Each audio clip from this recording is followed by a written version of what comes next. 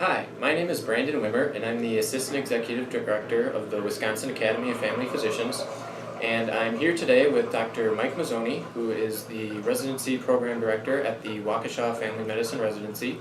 And the reason we're here today is that leadership development is a strategic area of focus for the Wisconsin Academy. And to highlight some of the leaders in Wisconsin, we're doing these leadership spotlight interviews so you can learn a little bit more about leadership and family medicine opportunities throughout the state. So Dr. Mazzone, we've got just a couple of questions we'd like to ask you about your experience in family medicine and as a leader. Sure. The first one, can you tell us a little bit about how long you've been involved in family medicine in general? Sure. So I started my residency program in 1992, so that I think makes this the 26th year in family medicine. I've been in Wisconsin since 1999 and have been a program director since 2003. Very cool.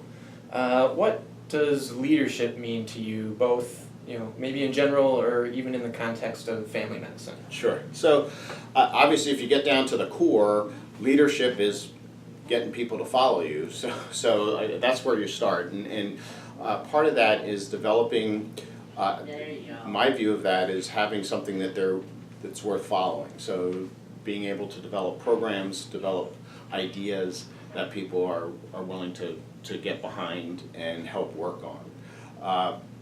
The concept that a lot of people can do things a whole lot better than a few people is really important in leadership.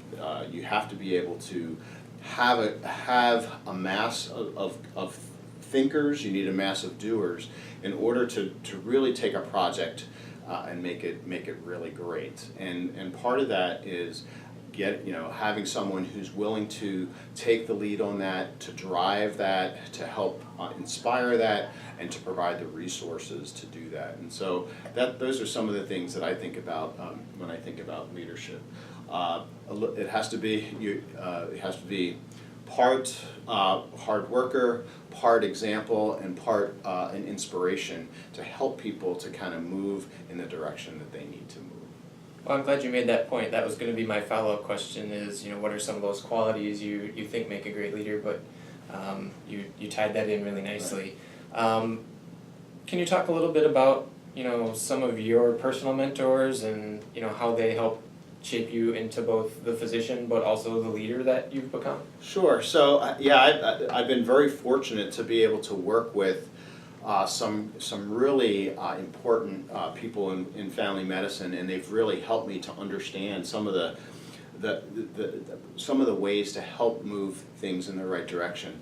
I think back to my residency where Nick Zervanos was my program director, and he was he's been a large figure in family medicine education and in family medicine in general since its inception.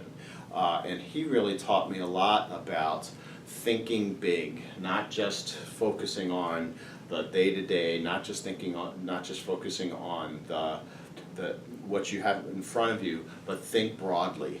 He also really was very good at helping people to understand why something was important.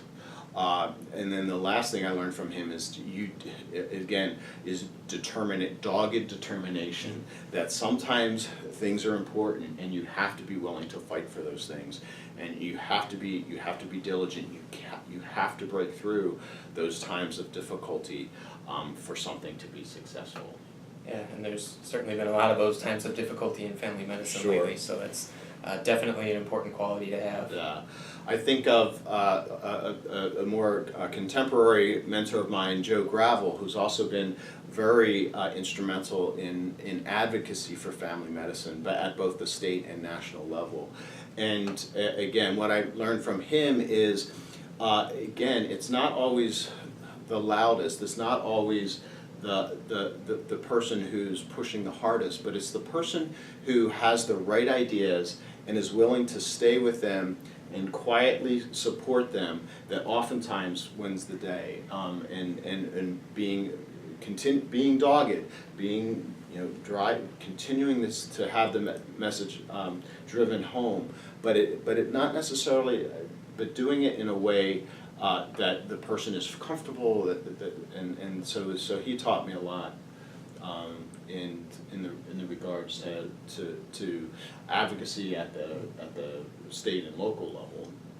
And then I think of one of my contemporaries here, Jim Gardner, who has been a mentor of mine for a number of years, and he's really taught me how to deal with administration, how to deal with people, how to deal with hospital administrations, how to deal with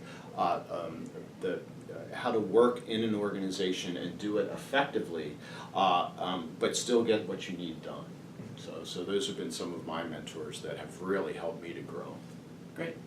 So obviously as a program director, residents and new physicians are near and dear to your heart. What's a piece of advice that you would give to a resident or a new physician who's just starting their career in family medicine? So, well, first of all, you got a great gig. Family medicine is one of the, I am so blessed to have the opportunity to be a family doc, and so you've really chosen well.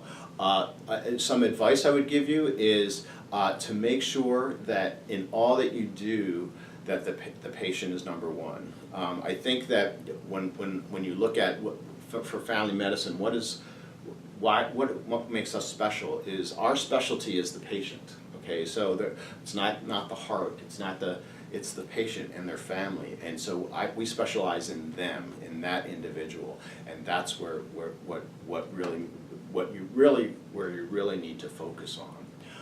The other thing is to, again, what we do is great work, and you need to advocate for that, and you need to make sure that everybody knows that we do great work. You need to speak up and say those things, because we often joke that family medicine is the best kept secret. Well, it shouldn't be a secret. It needs to be out there. We need to talk to folks and let them know of all the cool things that we get to do and why it's important. Great. Well, we really appreciate you taking the time to talk about your experience and the work that you do in family medicine.